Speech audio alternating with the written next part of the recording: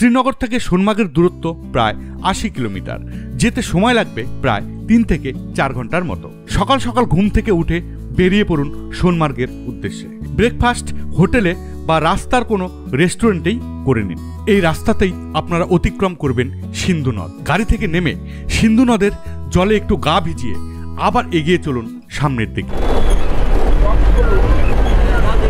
তবে আপনি যত এগিয়ে যাবেন চারিপাশের অপার সৌন্দর্যে আপনি তত মুগ্ধ হতে থাকবেন।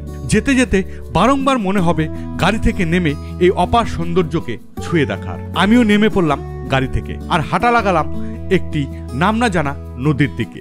নদীর পাড়েই বসে বসে এই সৌন্দর্য উপভোগ করছি। প্রায় ঘন্টা ৪ জার্নির পর আপনারা পৌঁছে যাবেন সোনমার্গ পার্কে। দেখুন তৃণভূমি পূর্ণ প্রস্ফুটিত সাদা বরফের কার্পেটে। আমরা শ্রীনগর থেকে 8:30টার সময় রওনা দিয়ে 1টার সময় সোনমার্গে পৌঁছে গেলাম।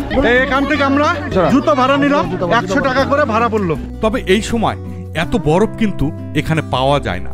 লাকিলি আমরা পেয়েছি। আপনারা পরবর্তীতে যখন আসবেন ওই সময় কিন্তু এত বরফ নাও পেতে পারেন। এখানে রয়েছে নানা ধরনের অ্যাডভেঞ্চার অ্যাক্টিভিটিস। আপনারা এখান থেকে ঘোড়ায় চেপে দেখে নিতে পারেন থাজিওবাস হিমবাহ। এছাড়াও রয়েছে সোনমার্গের বেশ কিছু টুরিস্ট স্পট।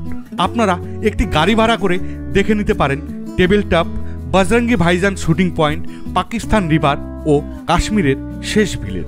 সাইট সিনের জন্য আমরা এই গাড়িটি ভাড়া করেছি। আমাদের ভাড়া পড়লো 4000 টাকা। 7 জন 8 জন যাওয়া যাবে।